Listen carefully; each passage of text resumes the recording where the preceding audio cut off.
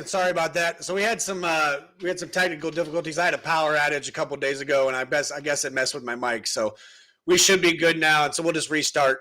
No harm, no foul. Welcome to the Marshall Experience. Right, we are powered by Sports Lounge Media and sponsored by. I'm sorry about that. Today we are talking about Eagles free agency. Welcome to the experience. We're talking about a little Eagles free agency here.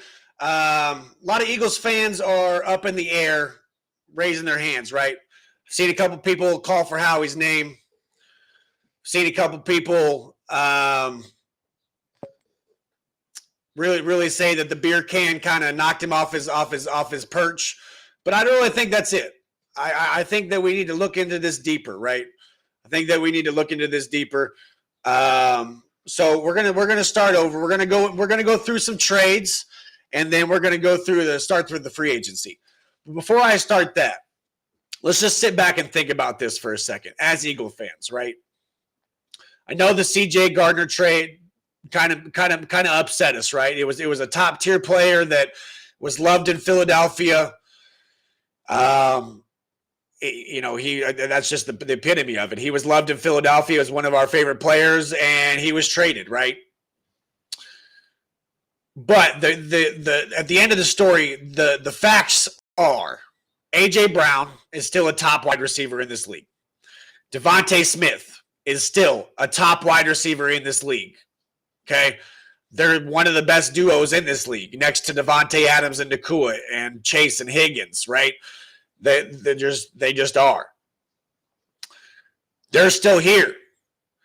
Not to mention, you have the best offensive line in football. Again, until we lose Jeff Stoutland, we didn't lose any all-pro linemen. We just lost Mekhi Becton, who did not make an all-pro, by the way. He was snubbed. I think the addition of Kenyon Green, we'll get into that a little bit later, but could be interesting, right?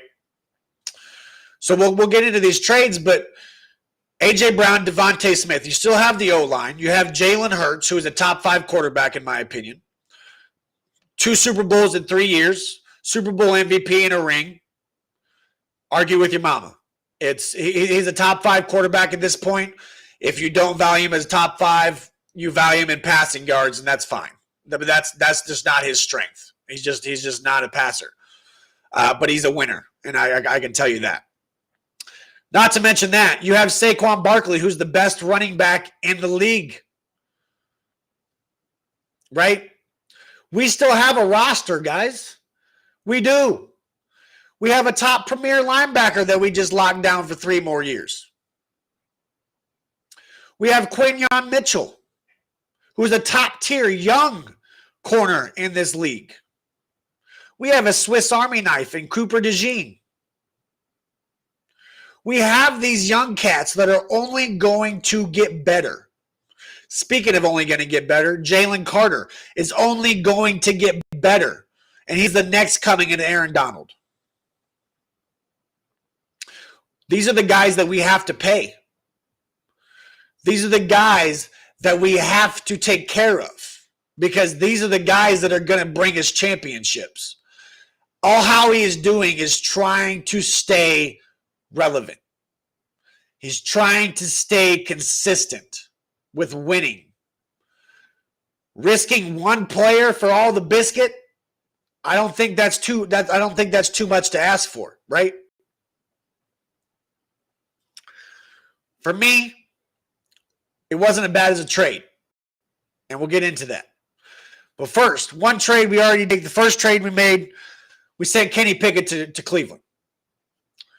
Kenny Pickett does have a chance to start with Deshaun Watson being out majority of the season with an Achilles injury.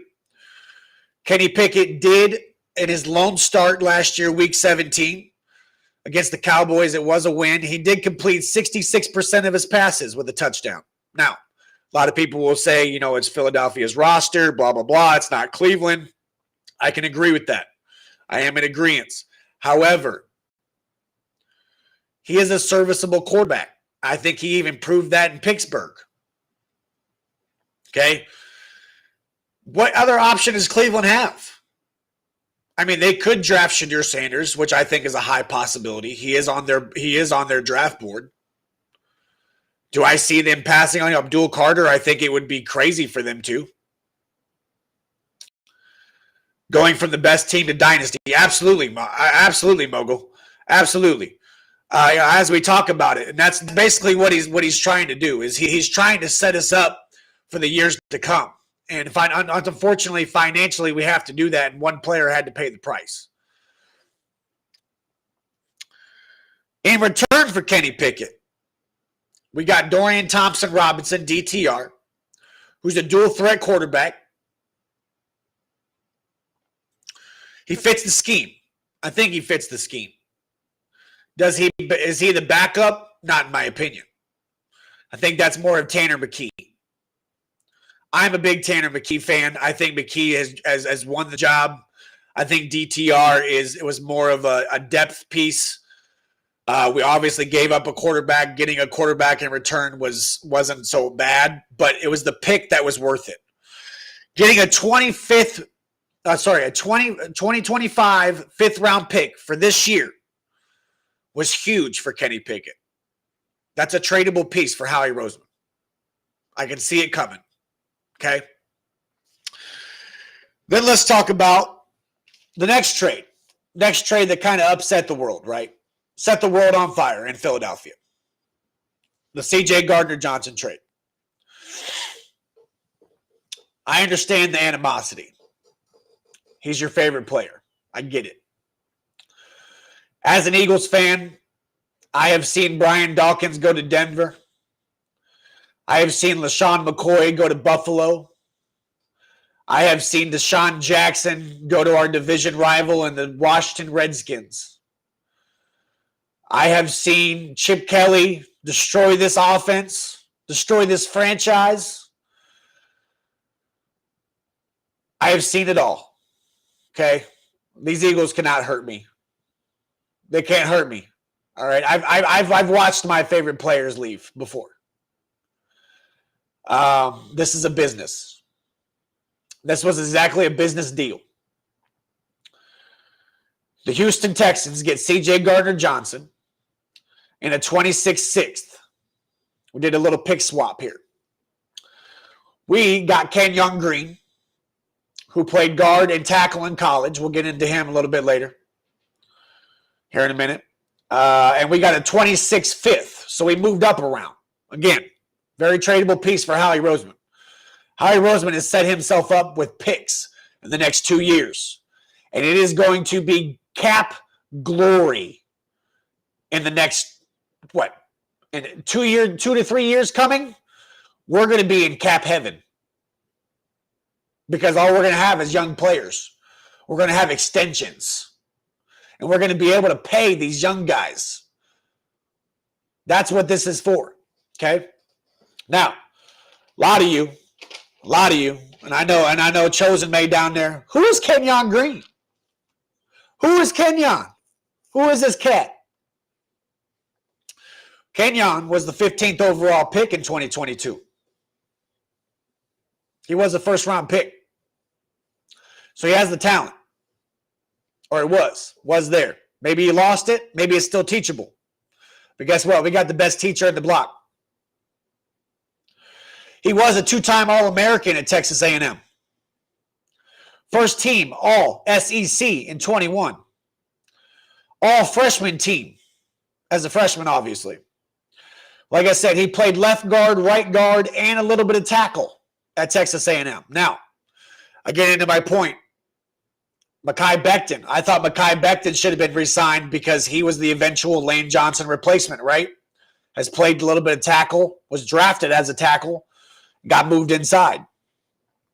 This guy has played both facets of the game. Who's to say that Jeff Stoutland isn't training him at right guard and then moving him to right tackle when Lane's done?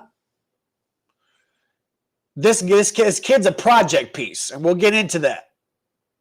Now, he has dealt with a little bit of injuries. Missed all 2023 with a shoulder injury. But last season, he played 12 games, started 9. In those 9 games, he had 582 snaps at left guard. He only allowed 5 sacks and 28 total pressures. So not a bad outing. My number one point about all this is this kid's only 23. He's a project. And he's a project with the best teacher in town. Best teacher in the world. Okay, when it comes to these kids. This kid could really work out. Barring injuries. If he stays healthy, this kid really could work out. And he could be your starter come September. Now, we get to the bad part. The C.J. Gardner-Johnson part. Over the next 2 years, his contract that we would have owed him, we offloaded $11.5 million. Okay? $11.5 million.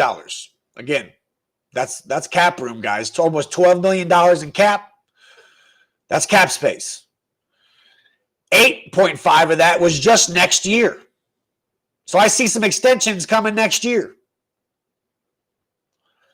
Quinyon, Cooper, right? We're talking about these young corners. These young corners that are only going to get better.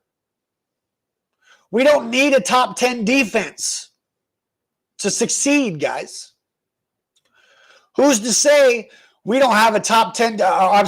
We don't need a number 1 defense. I worded that wrong. We don't need a number 1 defense to succeed. If we have a top 10 defense and say the passing game with a new offensive coordinator goes out and improves the passing game off of last year, we're a totally different team. We're a scarier team. We're a juggernaut on offense. We don't need a number 1 defense. Would it be nice? Sure. But it's not logical all the time. Put it in the players' hands to be the number 1 defense. But on paper, on roster, it's okay to be a top 10 defense. We still have Blankenship, Mitchell, DeJean, Carter, Jordan Davis. We still have Nolan Smith. We still have Sidney Brown. Hey, and I know you don't want to hear it, Chosen, but we got my boy Ringo over there. All right? Kelly Ringo. Watch the name. Hear the name because you're going to see it on the field this year. Promise you. Now, does that fix our safety problem? No. But today we're going to talk about the 32nd pick at the very end, and I think that's going to be a team need at 32. So it's going to be interesting. Now, those were the 2 trades that the Eagles have made. So these weren't the only moves that the Eagles have made, guys. Again, we retained one of the top premier linebackers, Zach Bond. 3 years, $51 million. 36 of that was guaranteed. Guys, he just turned in an all-pro season.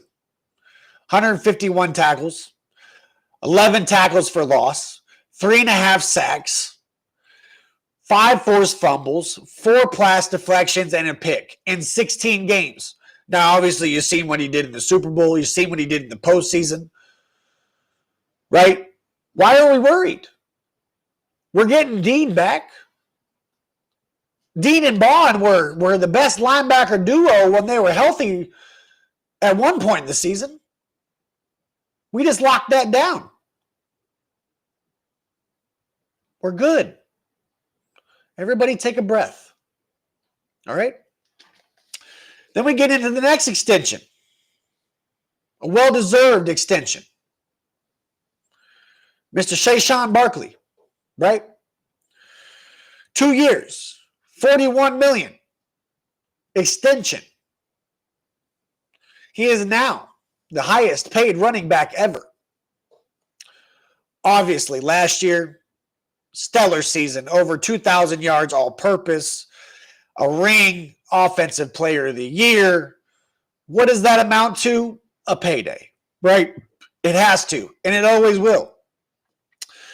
All but $5 million is guaranteed in that contract. $15 million of incentives. So again, big contract, guys. Big contract, but again, well-deserved. And you now have the best running back in the league for the next 3-4 years. Solid.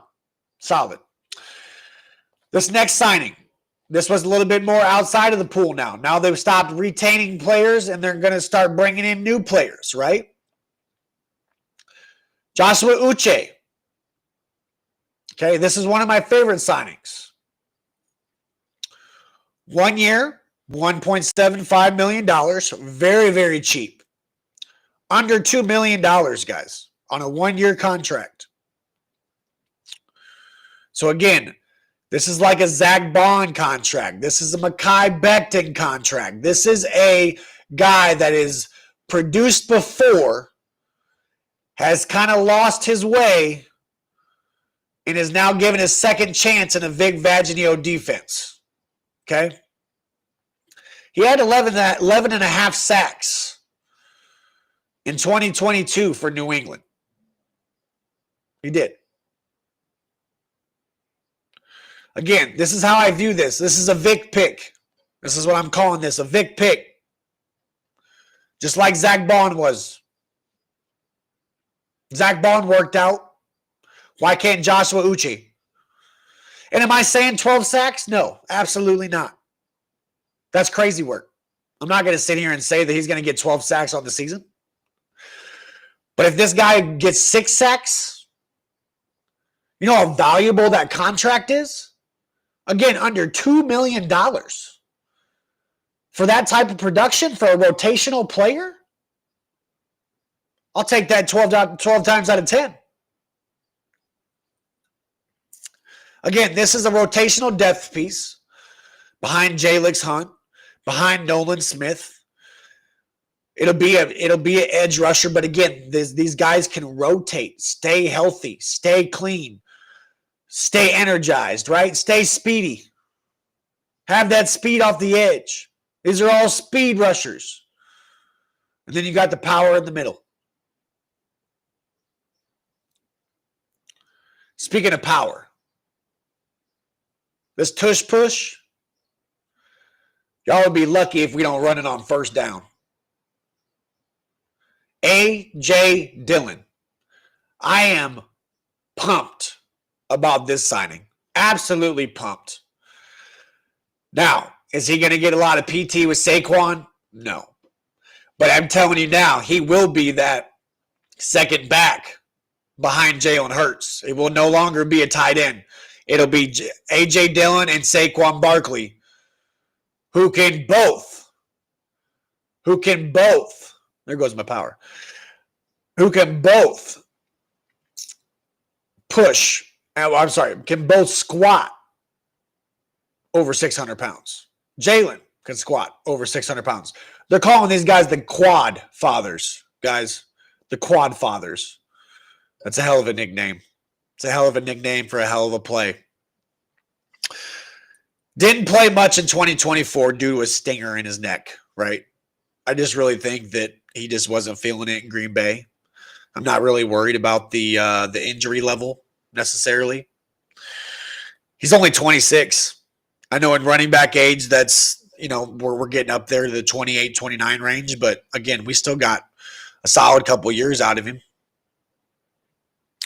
He does have experience, guys. He has 2,500 yards in his career, 16 touchdowns on the ground. I think he would be a great serviceable running back too behind Barkley. He will be competing with Shipley though, right? I mean, Will Shipley kind of proved that he was going to be the guy last year. Scored in the postseason, scored in the Super Bowl, let alone. I mean, the guy proved that he could possibly carry the load behind Barkley. They bring in Dillon, so it'll be interesting to see. But again, that tush push, he will see some snaps on that tush push. I can guarantee that. The quad fathers, I like that. Now, he did play 2 full seasons for the injury people that are like, oh, injury. He did play 2 full seasons in 21 and 22. And he played 15 games in 23. So this last year was his first. Again, it was just a stinger in his neck. He just had to pass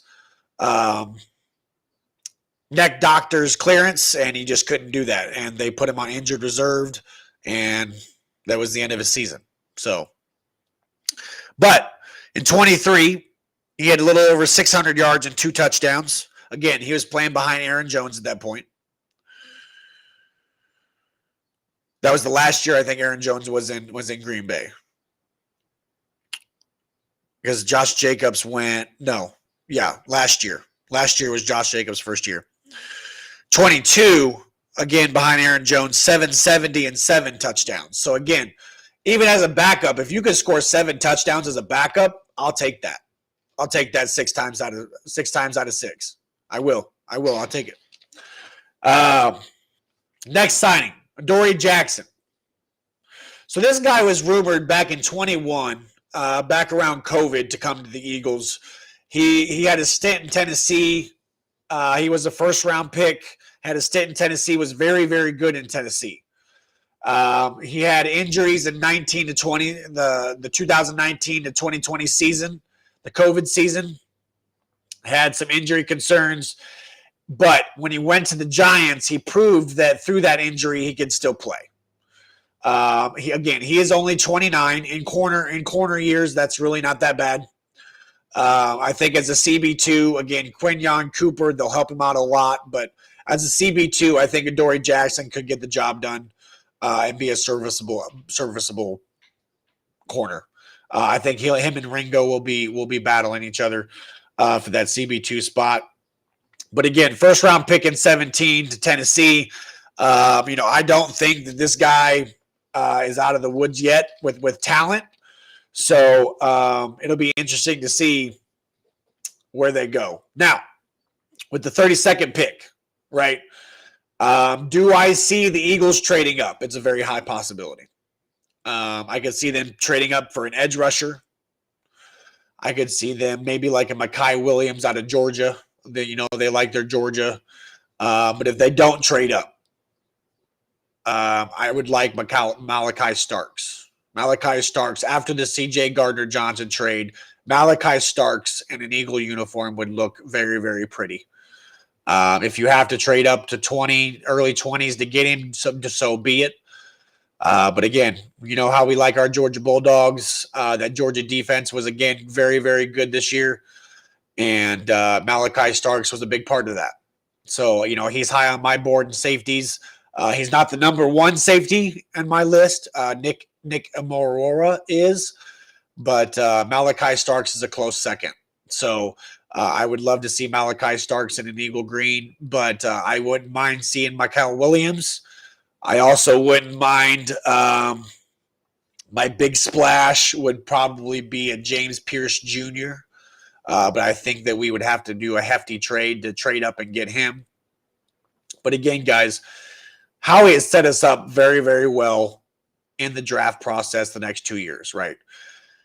If there is one team that is really, really good at drafting and developing players, right, it is the Philadelphia Eagles.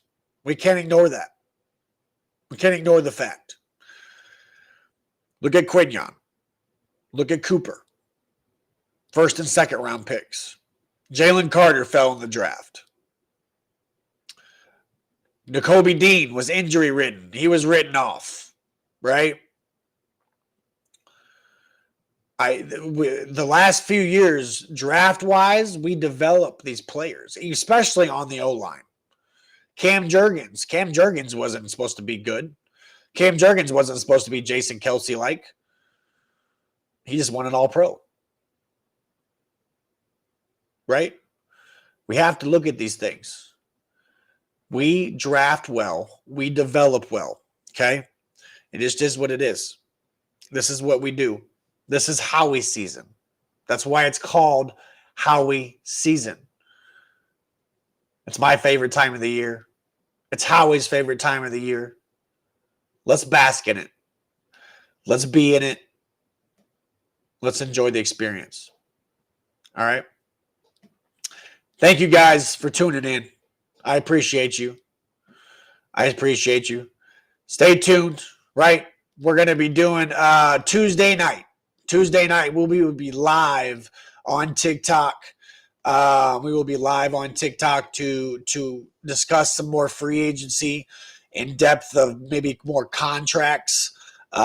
Just kind of get in the depth of the contracts because some of these contracts look bigger than what they really are. A lot of them are incentive based. It doesn't have to be Eagle based, but we're just going to be maybe the Sam Darnold contract. We're going to be looking into a couple bigger contracts that that maybe we're a little silly on the organization side and maybe a little smart on the organization side. So again, guys, I appreciate everybody tuning in. If you popped in for the first one, I do apologize for the sound issues, but I appreciate you tuning back and much appreciated, everybody. Thank you.